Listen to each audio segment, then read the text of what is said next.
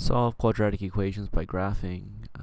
The learning target is I can determine the number of solutions to a quadratic equation by looking at a graph.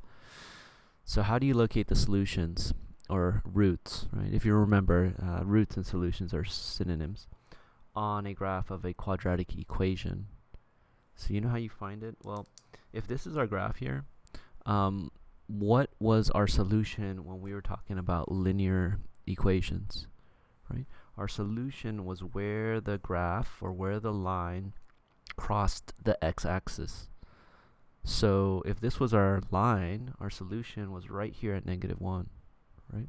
If this was our line, then our solution, our root, was right here at -2, right?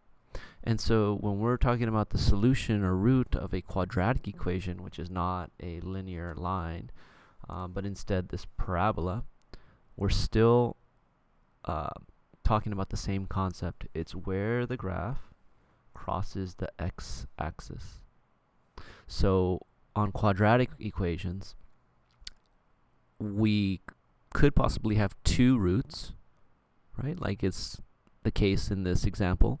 Or we can have one root where just the tip of the root crosses the it touches the x-axis, right? So the vertex of the parabola, or the vertex of the function, is at -2, 0, right? So we'll see some more examples of that as we move forward.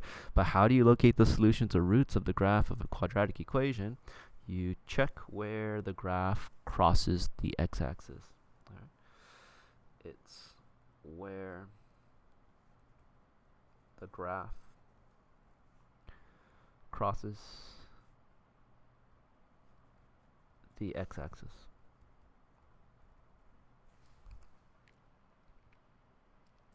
Namely, right here and right there.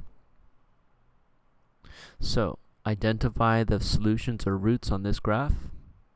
And it says here to write the solutions or roots as ordered pairs. That's x comma y in parentheses. So what's our first solution? It is -4, 0. Our second solution is 0, 0. Okay. So it's really easy to identify. You just take a look at the graph, and it's where the graph crosses the x-axis.